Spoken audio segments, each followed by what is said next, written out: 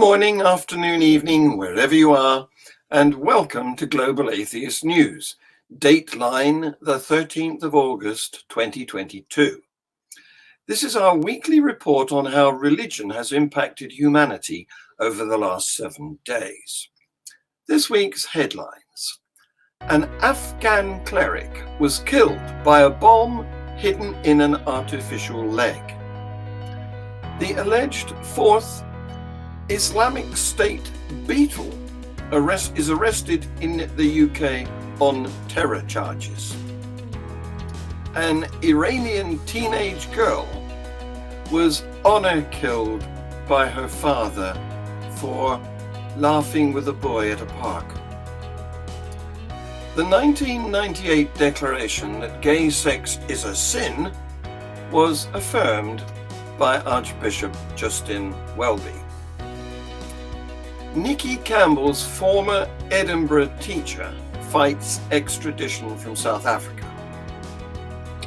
Israel-Gaza, the ceasefire holds overnight after days of violence. A Mexican mining rescue. 10 miners are trapped underground and are being prayed for. The Croatia bus crash. 12 Polish pilgrims were killed and 32 injured. John Legend speaks on abortion rights. Government should not be involved. Representative Lauren Boebert says, if disarmed, we are no longer citizens. And petitioners concerned about the chaplaincy change in Australia think it doesn't go far enough. Brighton has a Pride Parade. It's the 30th anniversary of the event that's enabled because COVID lockdown is over. A prominent Afghan cleric who supported the Taliban and was in favor of female education has been killed. Sheikh Rahimullah Haqqani reportedly died in a suicide bomb blast in Kabul. Taliban sources say the religious leader was targeted by a man who detonated explosives hidden in his artificial plastic limb. The Islamic State group, IS, which has previously targeted this cleric, claimed responsibility for the bombing, saying it happened inside his office. According to local reports, the attack took place at an Islamic seminary in the Afghan capital. A man accused of being part of a notorious Islamic State group, cell, which murdered hostages, has been arrested on terror charges in the UK. Aine Davis of West London flew into Luton Airport after his release from a Turkish jail where he was serving a 7.5-year sentence for membership of the terror group. He is being held in public custody in relation to offences under the Terrorism Act 2000, including fundraising and possession of articles for terrorist purposes. The cell is believed to have been made up of 4 members, all thought to have grown up in West London, who volunteered to fight for IS in Syria and ended up guarding Western hostages. They were nicknamed the Beatles after the Liverpudlian band by hostages due to their English accents. US authorities have said the group killed 27 hostages, beheading several of them, and videos of the murders were sent around the world, causing outrage. Ariane Lashkari, a 16-year-old Iranian girl, was murdered for bringing disgrace to the family after she was allegedly seen laughing with a boy at a park. See this video. Iranian teen girl honor killed by father for quote-unquote laughing with boy at park. On June 27th, Ariana Lashkari, a 16-year-old Iranian girl, was murdered for bringing quote-unquote disgrace to the family after she was allegedly seen laughing with a boy at a park. Ariana wanted to live without restrictions and fled to her paternal grandmother's home after a heated argument with her father. The father, Mohammed Kazem Lashkari, took a shotgun with him and went to his mother's house to look for Ariana. When he arrived, he became enraged and shot his daughter in the chest. He contended that it was not his intention to kill his daughter. Murders committed by fathers and paternal grandfathers in Iran are not punishable with retributive justice or qisas under the Islamic Penal Code. Documents produced in advance of the recent Lambeth conference had provoked outrage amongst those belonging to the liberal wing of the Anglican Church. Those documents included a reference to the entire Anglican communion being wholly opposed to same-sex marriage.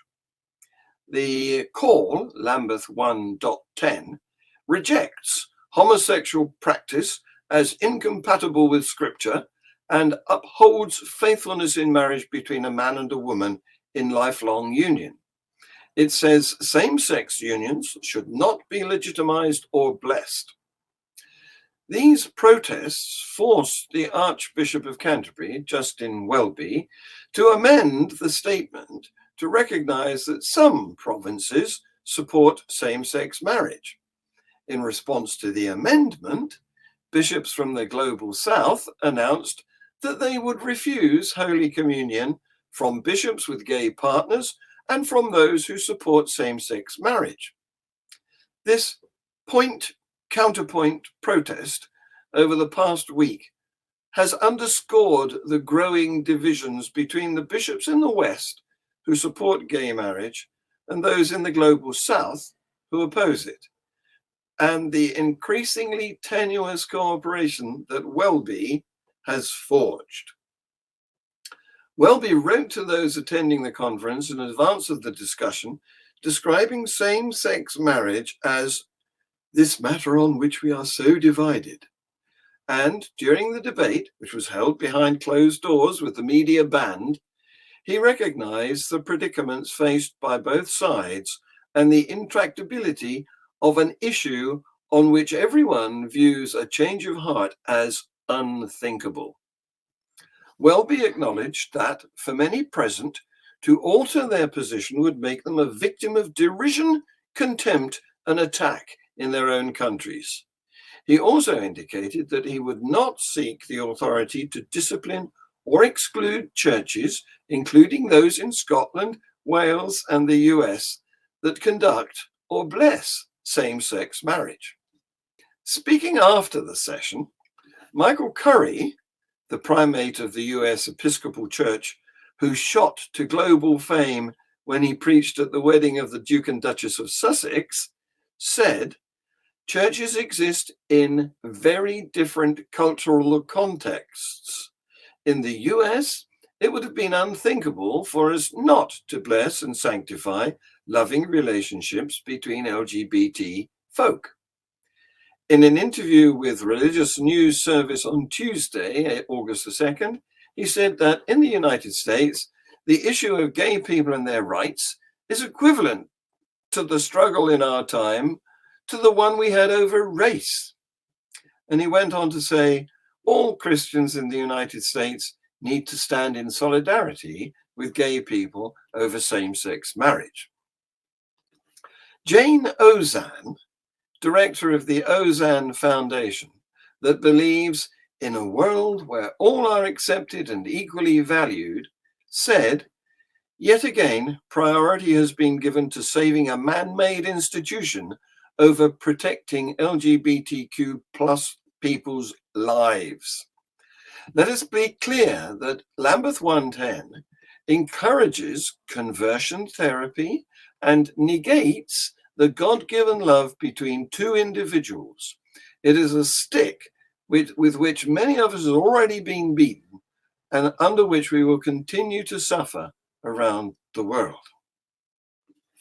90 bishops, including 8 archbishops, signed a statement saying many LGBT plus people have historically been wounded by the church and particularly hurt by the events of the past few weeks. They added that they look forward to the day when we may all feel truly welcomed, valued, and affirmed.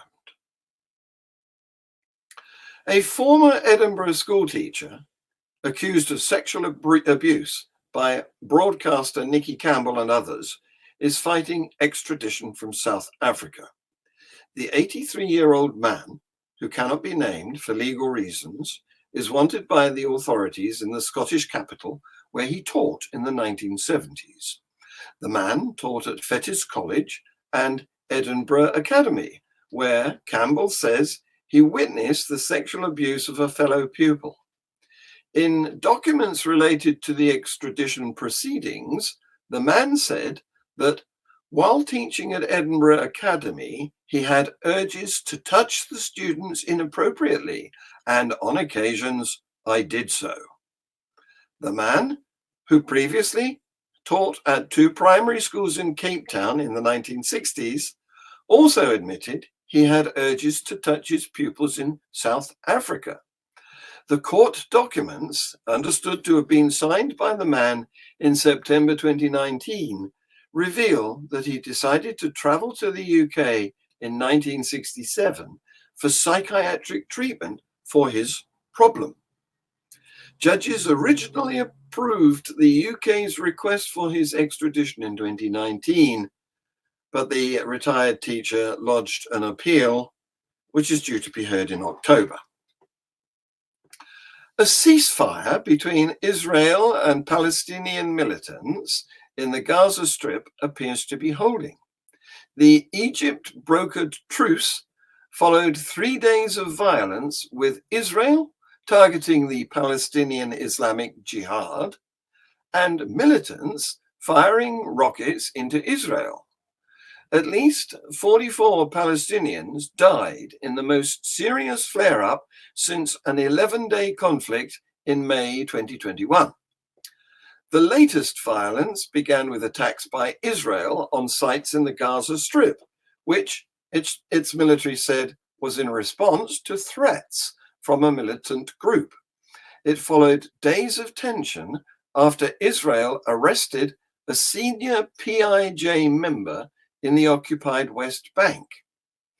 By Sunday evening, the Palestinian Health Ministry said that 15 children had been confirmed among the 44 deaths recorded.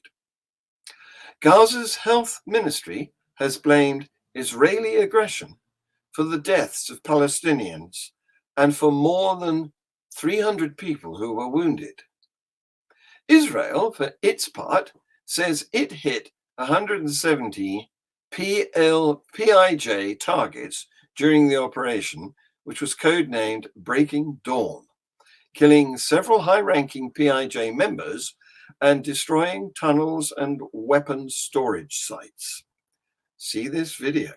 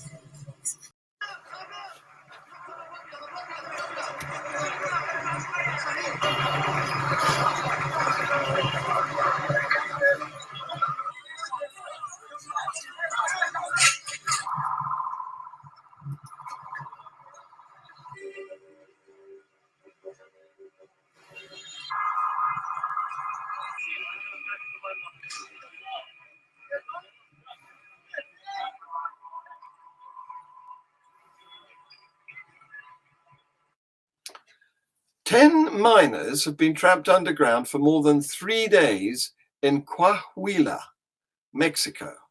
More than 300 soldiers and extra personnel have joined the rescue effort including 6 divers from Mexican Special Forces. The coal mine opened in January and had no record of complaints for any type of abnormality, according to the country's Labour Ministry. See this video.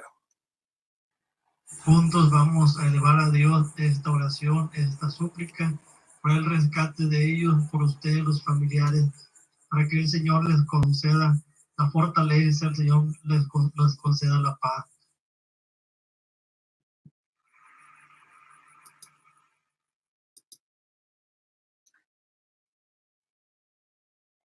Se dan cuenta de que no hay la seguridad y las condiciones necesarias para trabajar pues libres de algún accidente, pues ellos como quiera lo hacen. Ahí me tocó verlo y da tristeza, ¿verdad? Pero como en este caso de ahora, como rancherías, como otros pozos que ha pasado, pues muchas veces es falta de inseguridad y trabajar bajo condiciones que no son propias.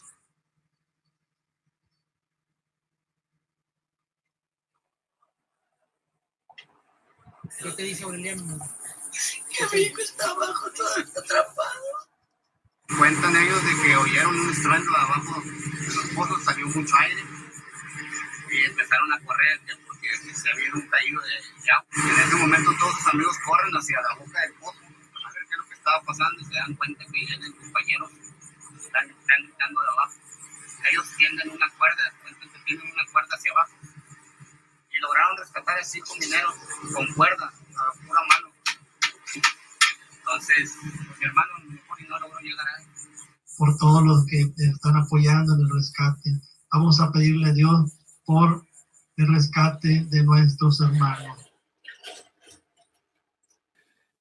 John Legend has spoken out on abortion rights, saying government should not be involved in this personal matter. In particular, the award-winning musician said it was offensive and nasty for people going through a miscarriage like his own to run the risk of investigation over abortion.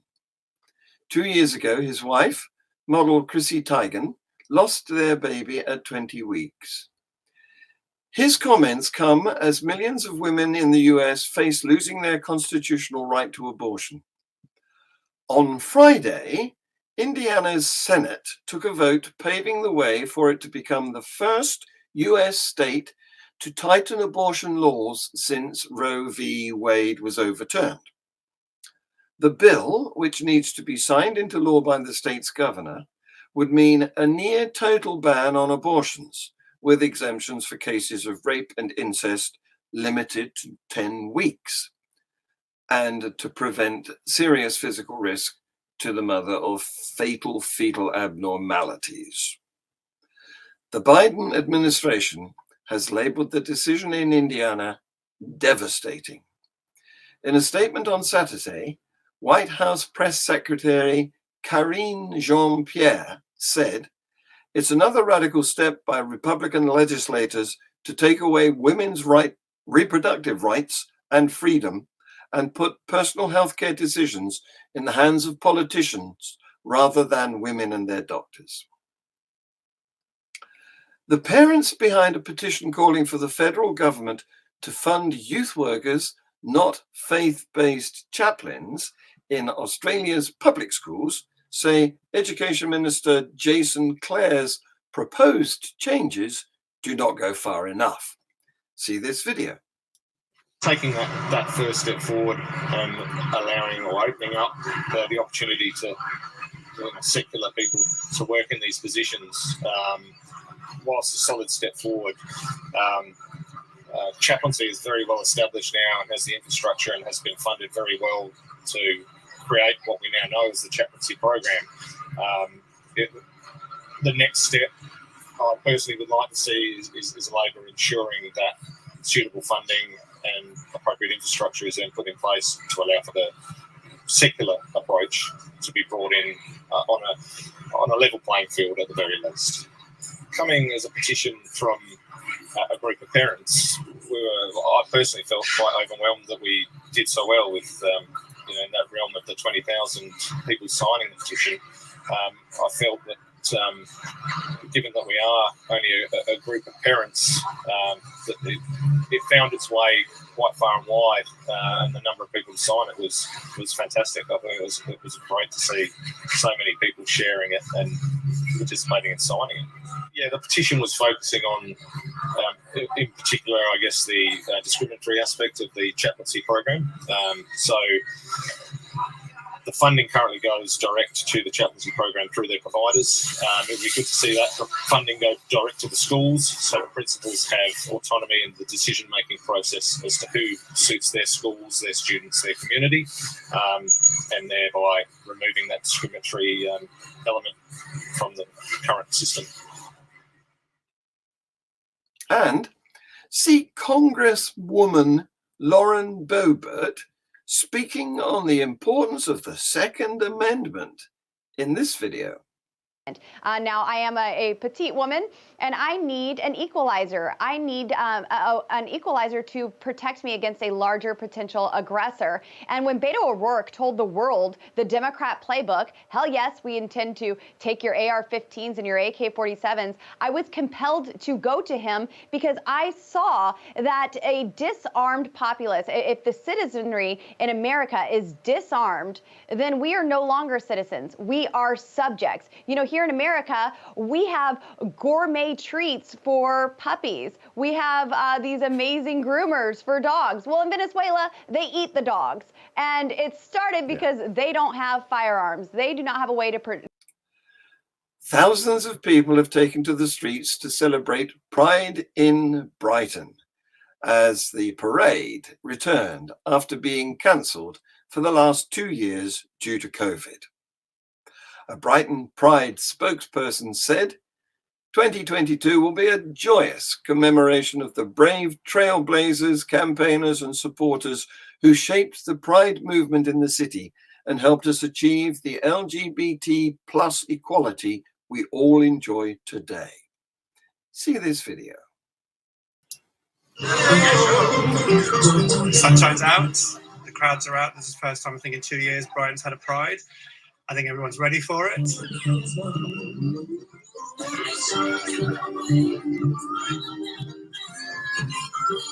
Miss Brighton 2022, and it's an honour to be part of this parade and just be amongst the community and be with everyone.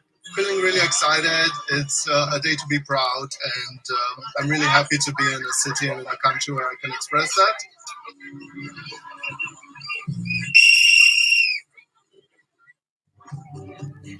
It's my first time in drag in public, so it feels amazing. But I've never walked somewhere and just been able to be myself, and I feel right at home, which is crazy.